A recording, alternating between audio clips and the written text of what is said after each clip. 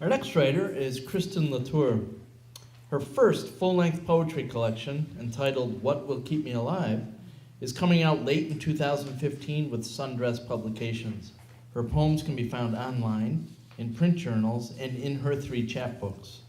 Her website, KristinLaTour.com, contains links to her poems, audio of her poems, and upcoming reading events. Kristin, where are you? There she is. Come on up.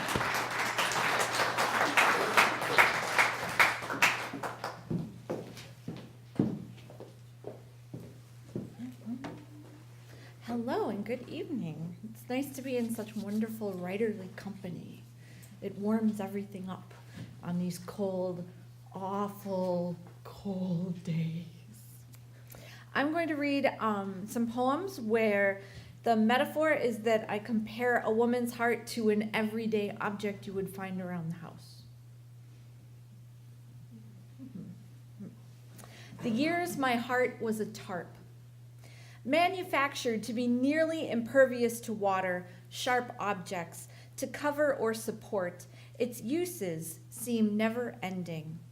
Practical, green, a perfect square with grommets at the corners.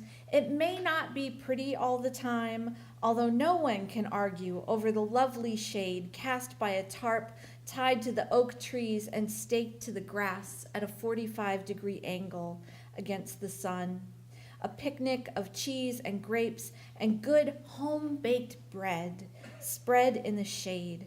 The river nearby, and children playing happily in a clearing far enough away that their laughter echoes instead of pierces.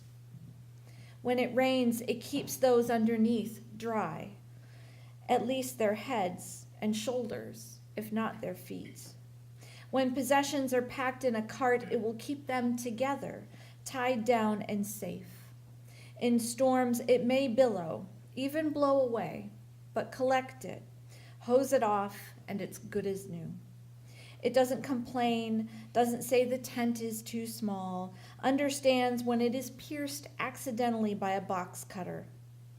Fold it up and put it in the garage, in the trunk, in the basement, or the shed, and years later, it will be ready to be of service.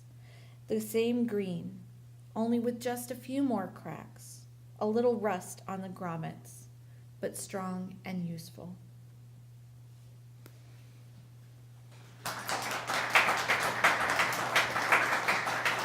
Thanks. I have to tell you, I follow, I'm really into mid-century modern stuff, furniture and art and all sorts of things. There was a Pyrex casserole container. Do you guys know Pyrex, the glass? It sold for $4,000 on eBay over the weekend. $4,000 for casserole. The years my heart was a Pyrex mixing bowl, not a $4,000 casserole.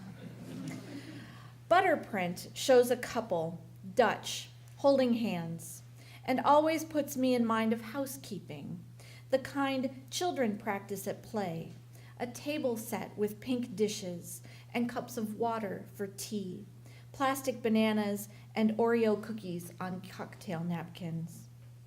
The princess bowl is practical, with handles that double as pour spouts, making it good for an electric mixer or a wooden spoon, the left hand making sure the bowl stays steady as butter creams into sugar and eggs or powdered sugar becomes less and less mass in the presence of a little milk. Cakes, cookies, brownies, of course. Baking sweets for the sweet is always appreciated. But it doubles upside down as a stand for a tray of bars hot from the oven or a tub to hold bleach water to clean stained coffee cups.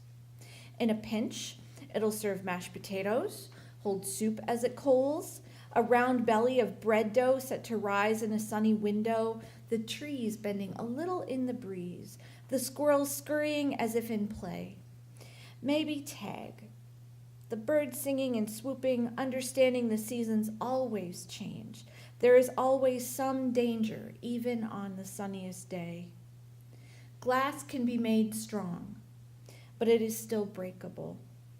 Flea bites on the rim come from nowhere. A scratch in the pattern erases a flower.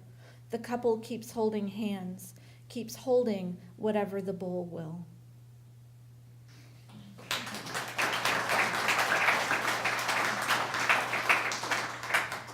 This one has the longest title.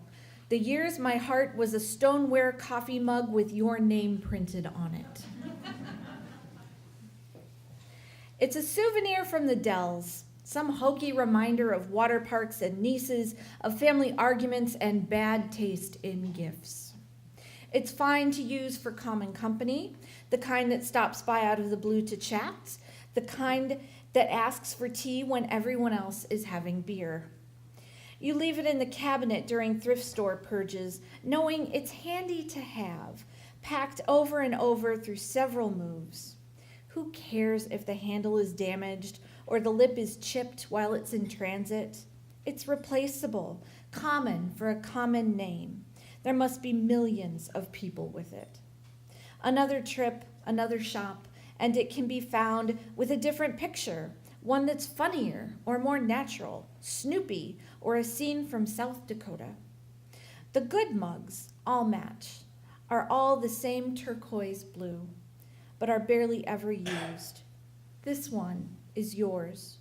No one else has the same memories of summer spent driving the 2-lane highway through Wisconsin, the music blaring, the windows down.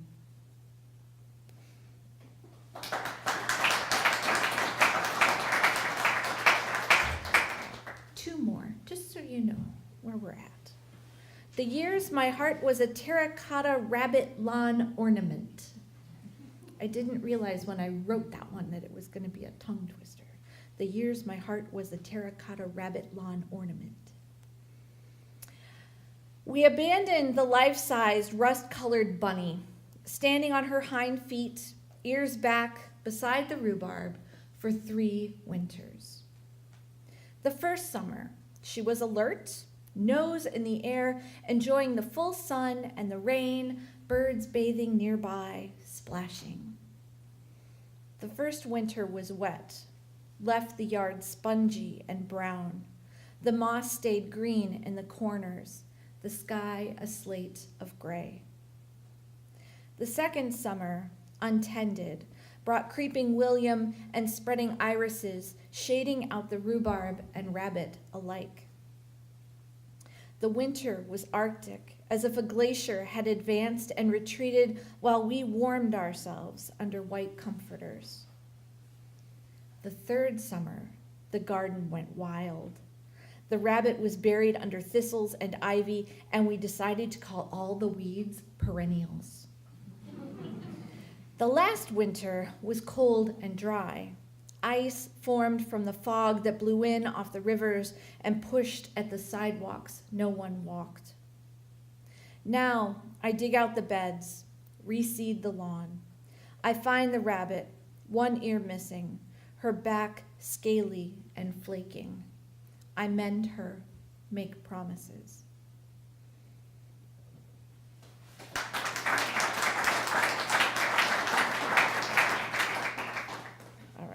And this is the last one, but it's the longest one. So again, you can take a deep breath, like, okay, it's the longest one, I can do this. The years my heart was a Persian rug, knotted in red, black, and brown, the color of sandstone. The women made it to last years, to accept the men's feet that would tread upon it, the children who would dance with their arms waving, jumping and laughing.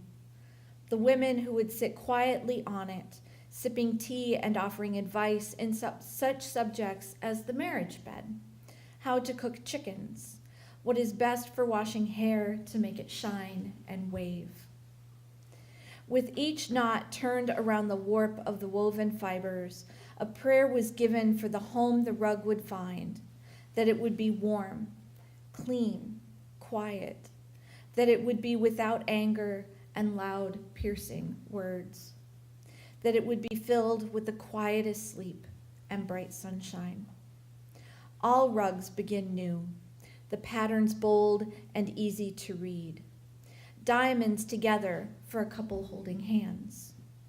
Ewers for a full store of oil to light lamps.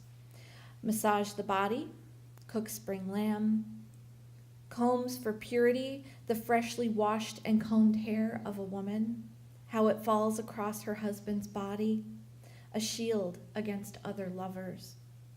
Stars for the night sky, the peace of sleep. God's eyes looking down on them, always keeping watch. The women's prayers, their fingers making knots, their hearts beating as they tell long stories for the hours and days and weeks it takes to make the patterns.